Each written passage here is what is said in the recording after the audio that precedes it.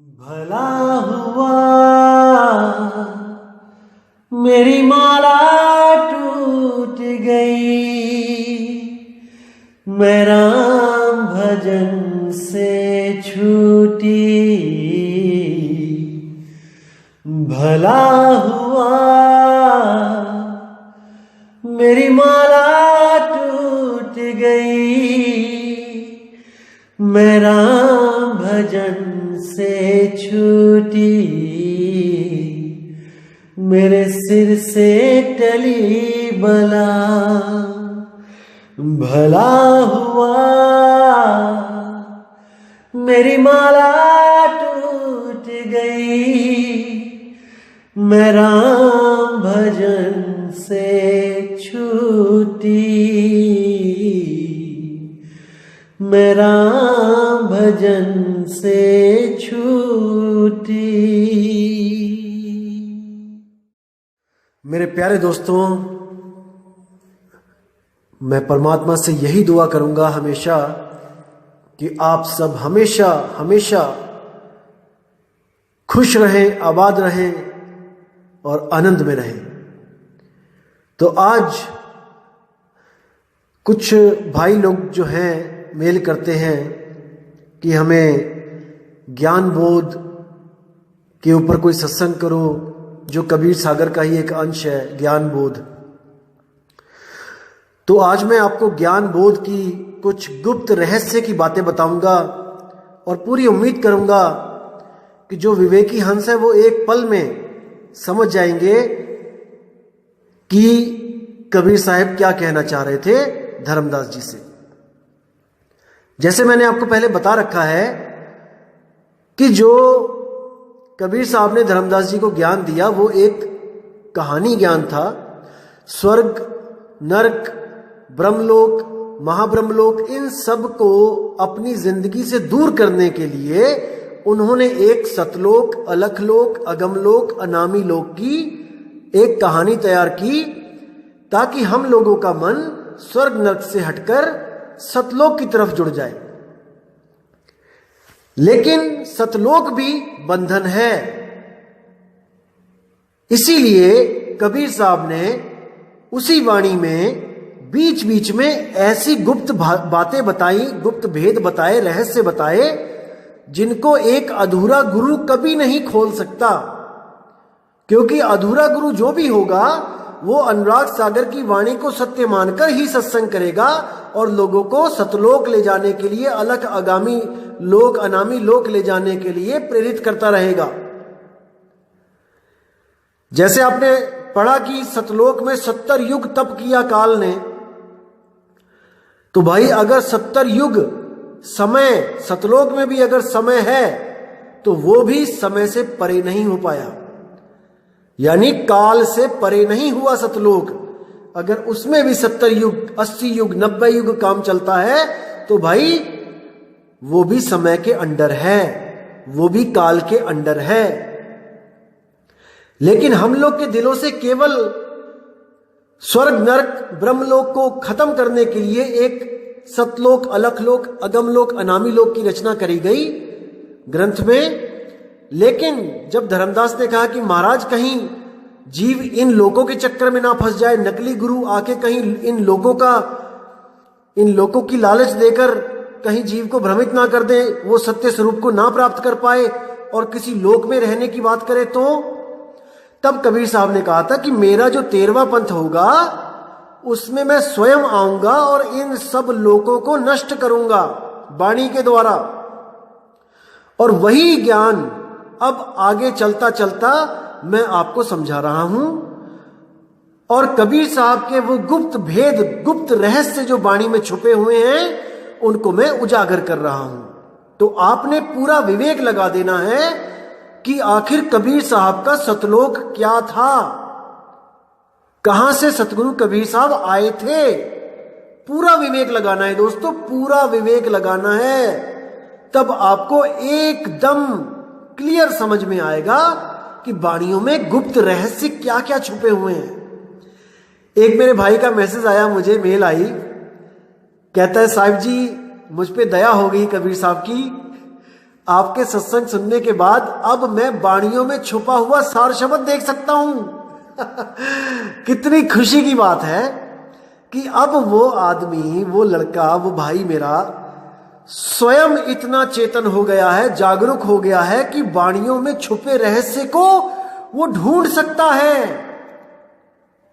अब वो हंस स्वरूप हो गया है। नीर शीर का करे निबेड़ा और कहे कबीर सो हंस है मेरा। अब वो हंस हो गया है। अब उसको कोई सतलोक, अलखलोक, अगामी लोक, अकह लोक के नाम पे कोई भ्रमित नहीं कर सकता। अब वो जान चुका है कि हमारा निज स्वरूप, हमारा निज सार स्वरूप ही सतलोक है। तो अब वाणी शुरू करेंगे। ये बोध सागर है और इसके पृष्ठ नंबर 80 पर आप देखेंगे ज्ञान बोध। तो क्या लिखा है? सोहं शब्द निरअक्षर वासा। अब पहली लाइन में लिखा है सोहं शब्द निरक्षर वासा। अब जो अज्ञानी बंदा होगा वो क्या कहेगा कि देखो सोहंग लिखा है, इसको जपना है। बिल्कुल नहीं, इसको जपना नहीं, इसको समझना है, समझना है। तभी कहते हैं आदि नाम हम भाग सुनाया और मूर्ख जीव समझ नहीं पाया। जपना नहीं है, समझना है उस आदि नाम को।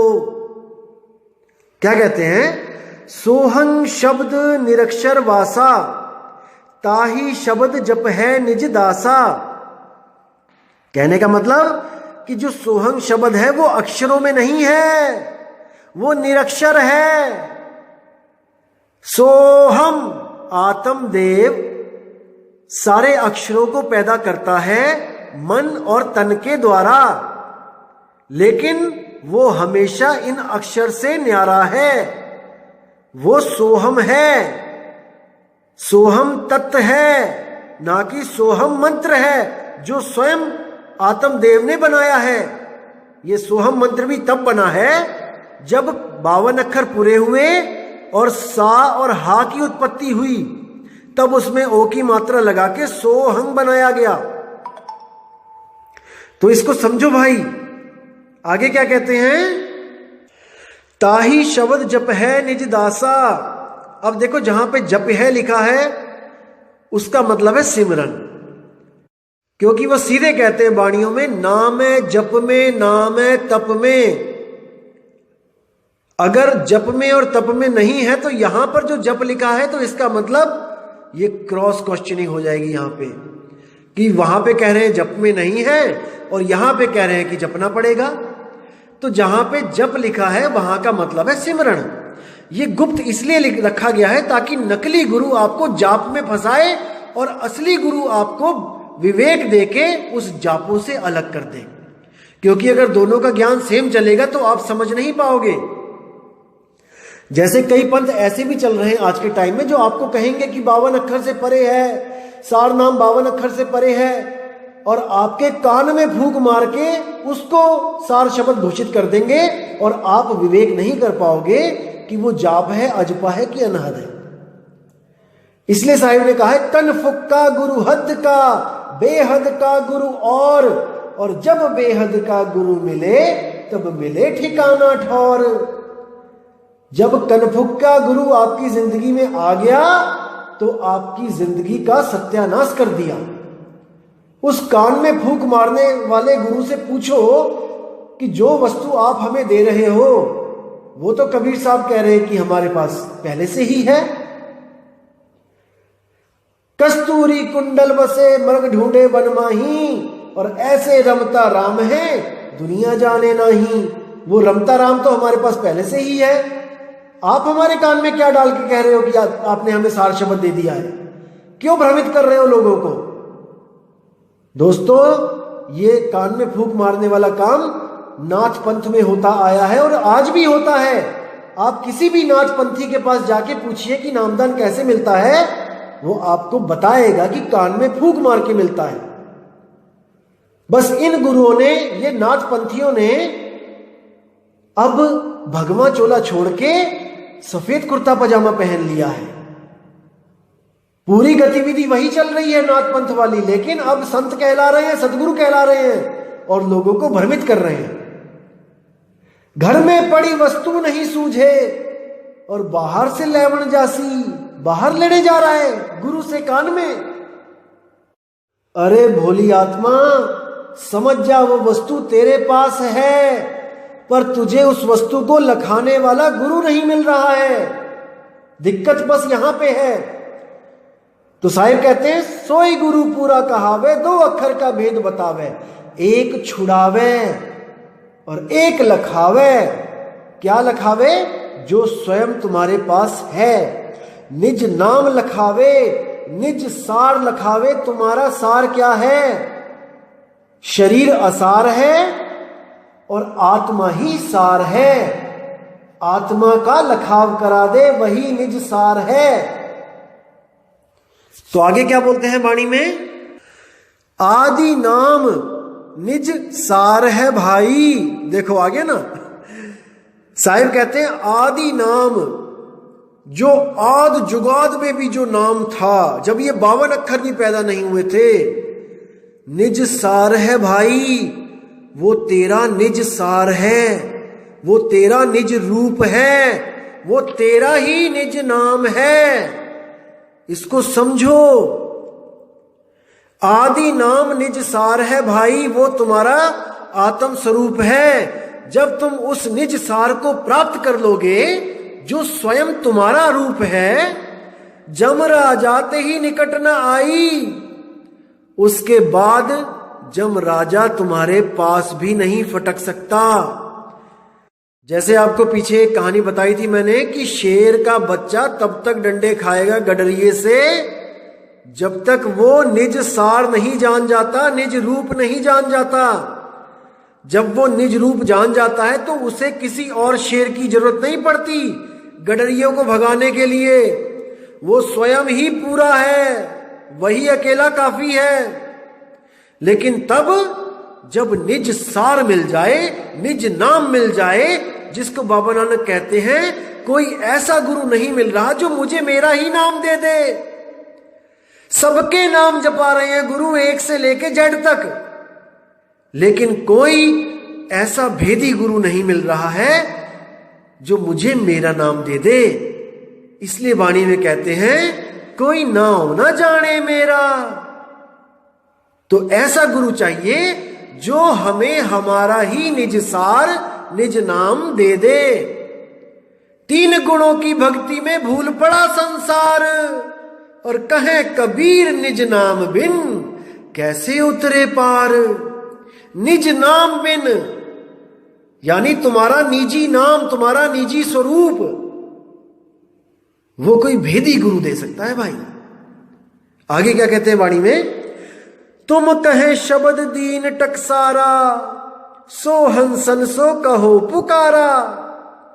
धर्मदास जी को कह रहे हैं अब मैंने तुम्हें शब्द टकसार दे दिया है, तुम्हें मैंने बता दिया है।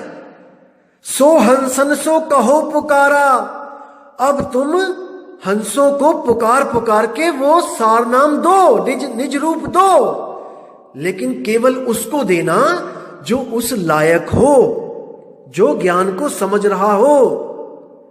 नहीं तो केवल पवित्र ज्ञान तुम जग में भाखो और मूल ज्ञान गुप्त कर राखो।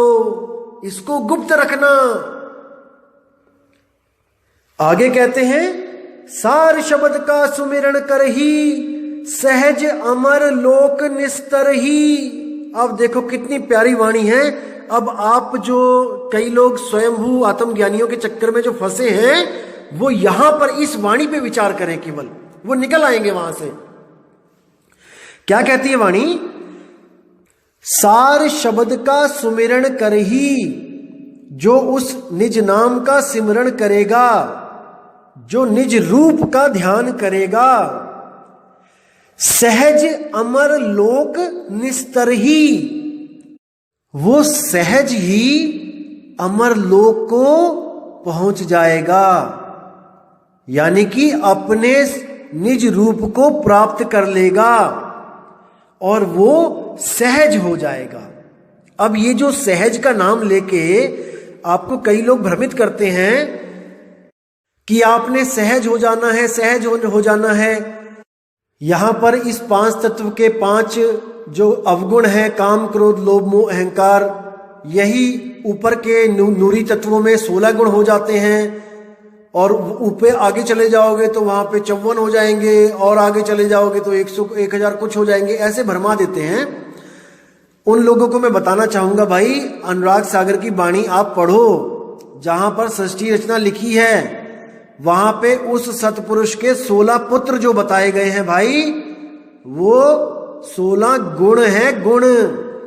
और उसी में ये सहज भी एक पुत्र है, एक गुण है, और एक मन भी गुण है, पुत्र है। अब इसी मन के चक्कर में, इसी मन को सारी पावर देने की भूल करके वही आत्मदेव ये सृष्टि बना बैठा है और अपने सहज गुण को भूल गया है जो उसका अपना गुण है। अब उसी मन को खत्म करने के लिए ज्ञानी, यानी आत्मा का एक गुण ज्ञान भी है, तो ज्ञानी रूप में बताया गया वहां पे कि कबीर साहब ज्ञानी रूप धर के आए। असल में वो ज्ञान लेके आए, जो परमात्मा है वो ज्ञान लेके आ रहा है और मन को खत्म करके दोबारा से आपको सहज रूप में ले जा रहा है। सहज यानी जो हिलता डुलता नहीं है, बिल्कुल सहज एक जगह स्थिर है।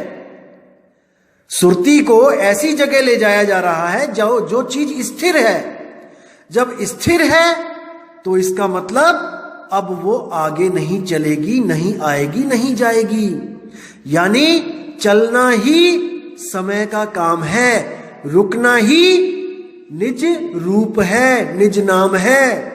जब आप एक जगह रुक जाते हो तो समझ जाओ कि वहां पे समय रुक गया, और जब आप चलना शुरू करते हो तो समझ जाओ कि समय के अधीन आ गए। इसलिए उस अवस्था को बोला है अकाल। ना कहीं आना ना कहीं जाना, आपे में आप समाना। आत्मा अजन्मा है और सुरती को हमने आत्मा में ही लगा के उसको भी सहज कर देना है, स्थिर कर लेना है। इसी को मुक्ति कहते हैं। तो जो 16 पुत्र हैं असल में वो 16 गुण हैं। जैसे सबसे पहले कुरुम बोला गया कि पहले कुरुम को पैदा किया। कुरुम का मतलब होता है कछुआ। अब कई ऐसे पंथ भी चल रहे हैं कबीर पंथ में जो कछुआ बना देते हैं वहां पे कि ये परमात्मा का पहला पुत्र है कछुआ, और उसके ऊपर एक काल खड़ा कर देते हैं। भेद ना होने के कारण केवल शब्दों में उलझ जाते हैं, भाव को नहीं पकड़ सकते। भाई आप 16 पुत्र देखना कौन कौन से हैं। सबसे पहले कुरुम। कुरुम का मतलब है कछुआ। भाव क्या बोला गया है यहां पर कि आत्मदेव पहले अपने आप में था, रमा हुआ था। लेकिन जैसे कछुआ भी अपने आप में होता है, लेकिन वो हाथ और पैर गर्दन जैसे ही बाहर निकालता है तो वो खतरे में पड़ जाता है। अब उस पर कोई भी हमला कर सकता है। याद रखना दोस्तों, अगर कछुआ चल रहा होगा और आप एकदम ताली भी बजाओगे तो वो एकदम अपने हाथ पैर अंदर कर लेगा, सेफ मोड में चला जाएगा। इसी तरह जो आत्मदेव था वो सेफ मोड में था, लेकिन जैसे ही कुरुम कछुए की तरह उसने अपना विस्तार किया, अपने गुण प्रकट किए, बस वहीं से कहानी खराब हो गई। जैसे ही मन प्रकट किया वैसे ही आगे से आगे विस्तार होता ही चला गया। तो ये समझना पड़ेगा आपको, उन्हीं गुणों में, उन्हीं पुत्रों में दया, शील, संतोष, प्रेम, सद्भाव, जलरंगी। जलरंगी मतलब पानी जैसा रंग, यानी कोई रंग नहीं। आत्मा का स्वरूप कोई रंग रूप नहीं। रंग न रूप न रेख प्रभु ऐसे भगवान। वाणी में मैंने आपको वाणी सुनाई थी। तो कहने का मतलब यही है कि 16 गुणों में से जो एक गुण है वो है काल, मन। वही आपको फंसाने के लिए जिम्मेदार है यहां पे। और एक गुण है ज्ञान, जो मैं आपको दे रहा हूं।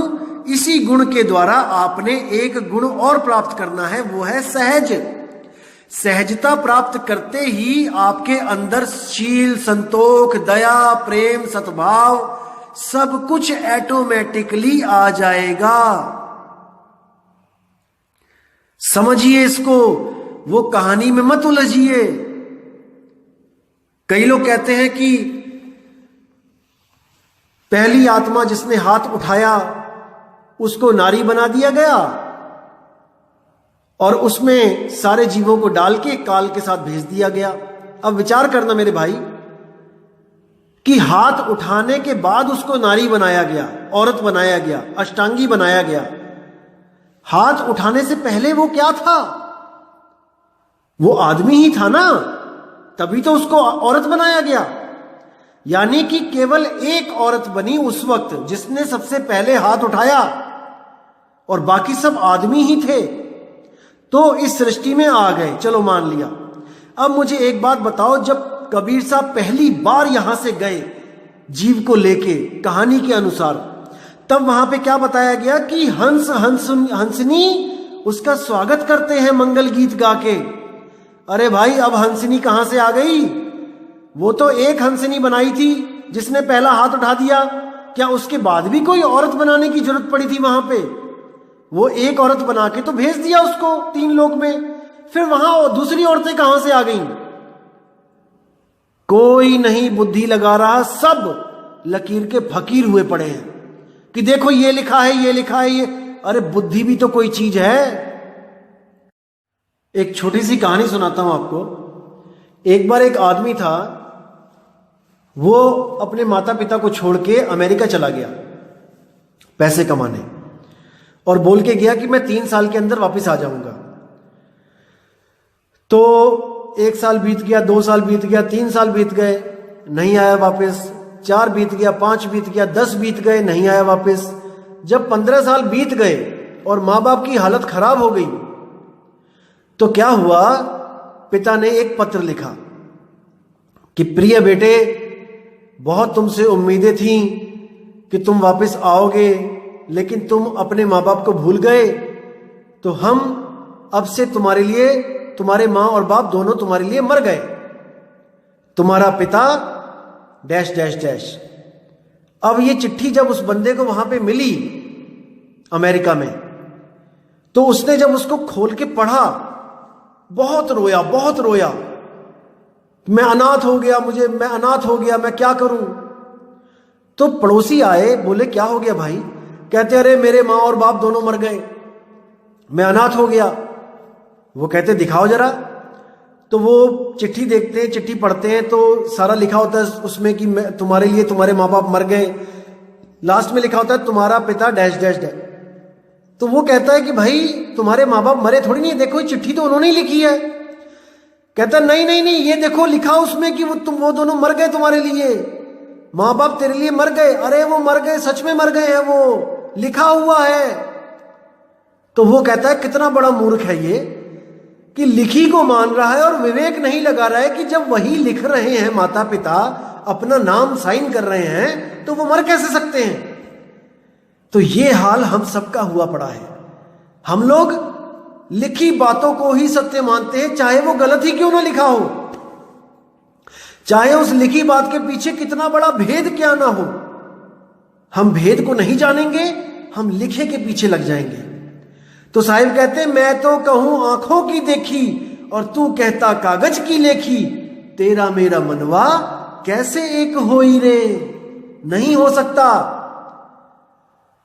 इन वाणियों में गुप्त भेद छुपे हुए हैं भाई, और जब तक वो भेदी गुरु नहीं मिला, इन गुप्त भेदों को कोई नहीं खोल के समझा सकता आपको। सब भ्रमित करने वाले ही मिलेंगे। अब आगे वाणी क्या कहती है उस पर विचार करेंगे।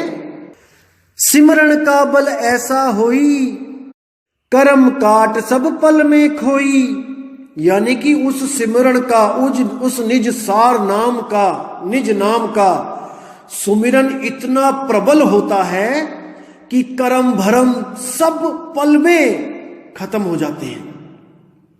ऐसा वो निज रूप है कि आपको ये अनुभव हो जाता है कि जो कुछ भी इस दुनिया में हो रहा है वो मैं नहीं कर रहा हूं, ये सब 3 गुण और प्रकृति कर रही है। मन और माया कर रहे हैं।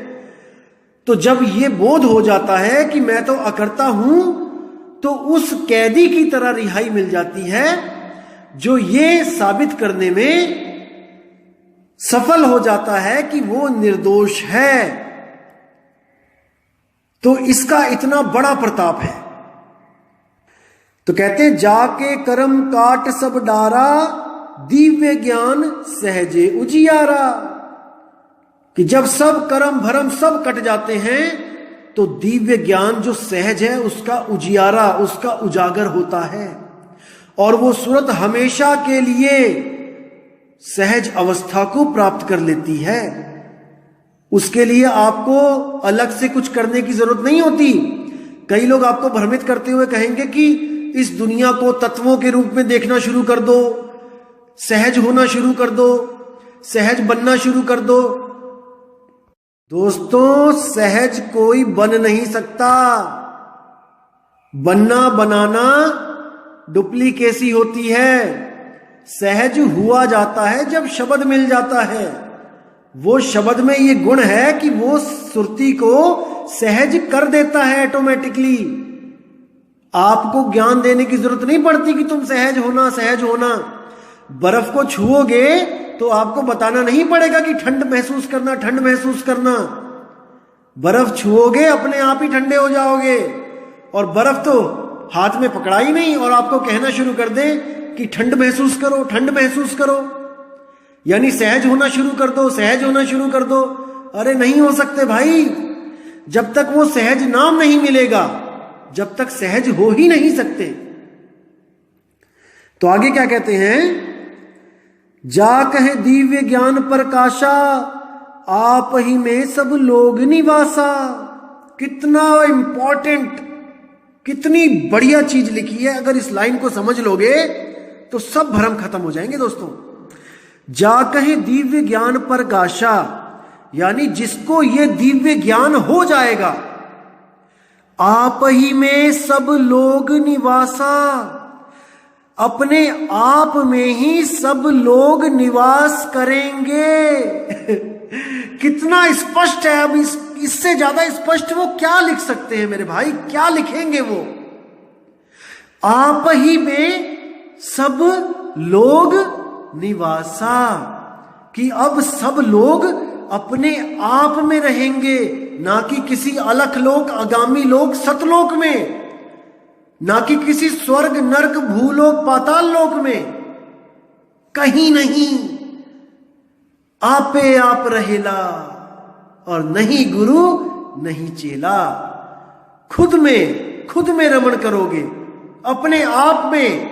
जैसे गीता में 3 अध्याय के 17वें श्लोक में कहा जाता है कि जो अपने आप में संतुष्ट है, जो अपनी आत्मा में संतुष्ट है, उसके लिए अर्जुन कोई कर्तव्य नहीं है, कोई पूजा पाठ नित नेम मंगल आरती कुछ भी नहीं, कोई दिया धूप अगरबत्ती भी नहीं।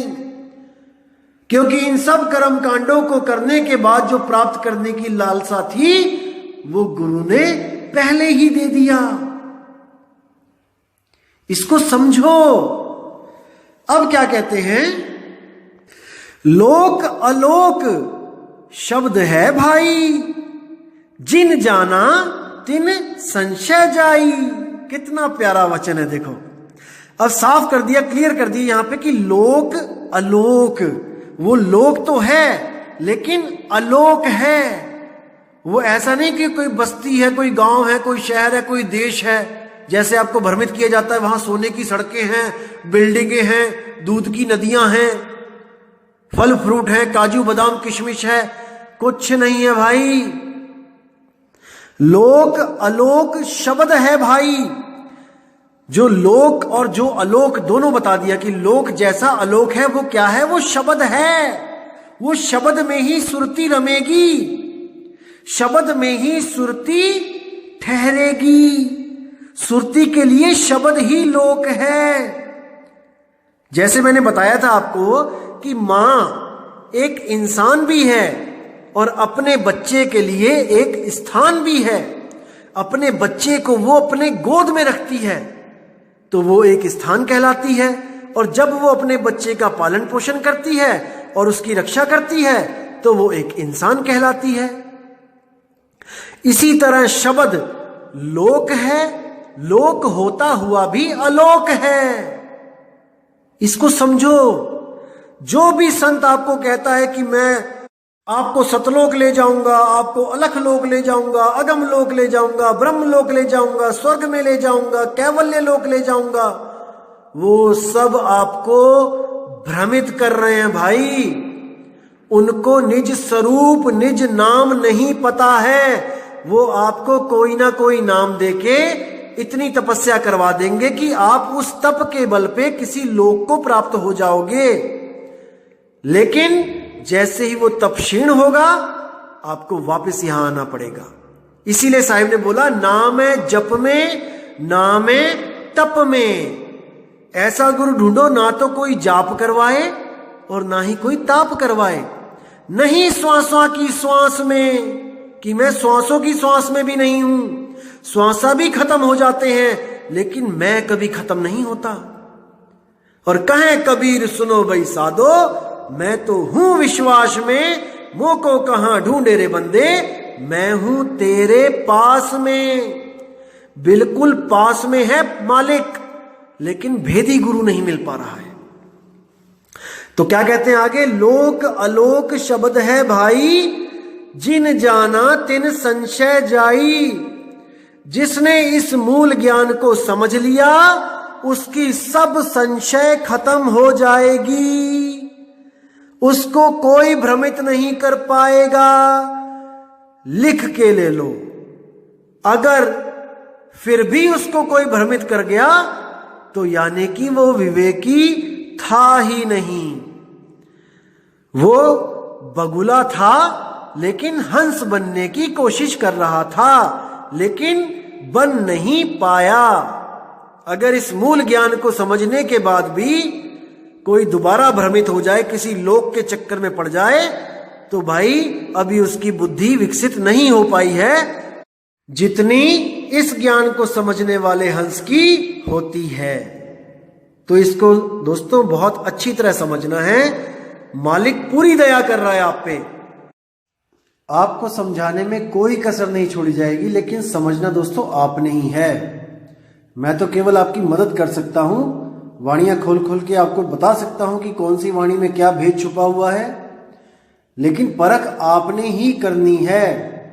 क्योंकि अगर आप परख नहीं करोगे तो कोई आपको बताने नहीं आएगा।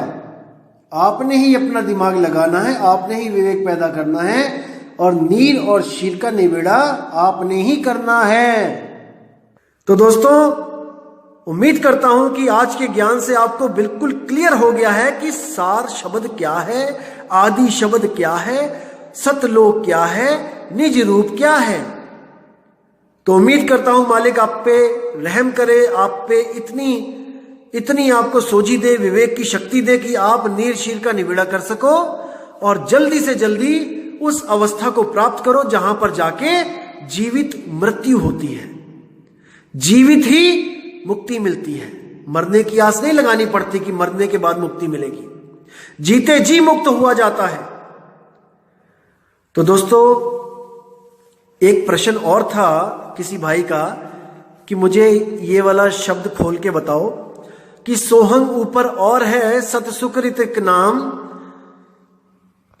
सब हंसों का वास है, नहीं बस्ती नहीं गाम। दोस्तों बिल्कुल क्लियर है, इसमें साफ ही बोला गया है। सोहम यानी आत्मा। जो लोग कहते हैं कि आत्मा ही परमात्मा है, ये उनके लिए बोला गया है कि भाई आत्मा परमात्मा नहीं है। एक कहूं तो है नहीं और दो कहूं तो गाली, जैसा है तैसा कहूं कहे कबीर विचारी। कि सोहंग ऊपर और है यानी आत्माओं से ऊपर एक और शक्ति है जो परमात्मा कहलाती है, अपने ज्ञान के कारण, अपने आकार के कारण नहीं कि हम अंश हैं और वो हमारा अंशी है, ऐसा नहीं है। कोई किसी का अंश नहीं है। आत्मा अजर अमर अविनाशी अजन्मा, परमात्मा भी अजर अमर अविनाशी अजन्मा। कोई किसी को पैदा नहीं कर सकता, ये पहले से ही पैदा है सब। ये तो बस भूल के कारण जन्म मरण में फंस गई है। तो क्या कहते हैं, सो हम ऊपर और है सत सुकृतिक नाम, और सब हंसों का वास है, नहीं बस्ती नहीं गाम। उस शब्द की महिमा गाई जा रही है कि सब हंसों का वास उसी सार शब्द में है, जो शब्द परमात्मा का भी है और आत्मा का भी है, लेकिन परमात्मा उसमें रमता है और आत्मा उससे बिछड़ गई है, इसीलिए जीव कहला रही है। अब सब हंसों का वास है, ये सब हंस, ये सब जीव आत्माएं उसमें वास करेंगी जाके, और वो कैसा होगा, नहीं बस्ती नहीं गांव। कोई बस्ती जैसा नहीं होगा कि वहां पे झोपड़पट्टी होगी, वहां पे मकान होंगे, वहां पे आप रहोगे, सुबह सुबह दूध वाला भी आएगा, चाय वाला भी आएगा, ब्रेड वाला भी बेचने ब्रेड आएगा। तो नहीं भाई, ऐसा नहीं है।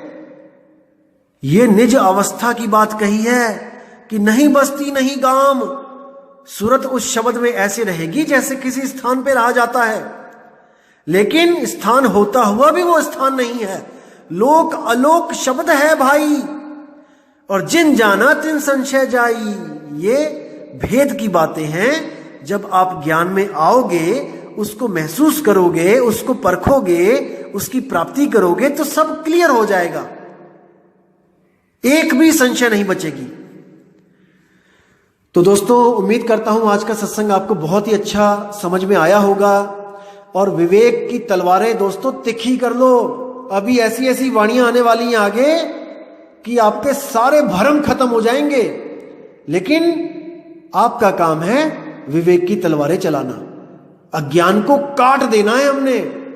और याद रखना दोस्तों, सार इन्हीं वाणियों में छुपा हुआ होता है, उसको प्रकट करना पड़ता है।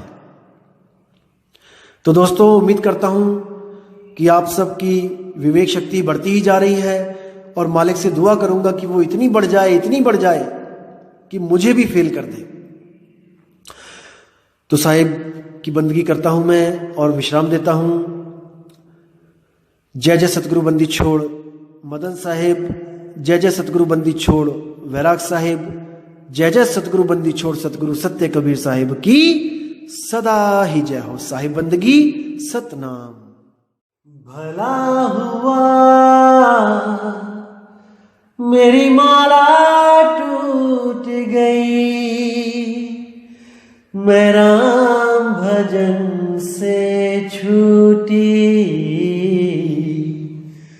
भला हुआ मेरी माला टूट गई, मैं राम भजन से छूटी। मेरे सिर से टली बला, भला हुआ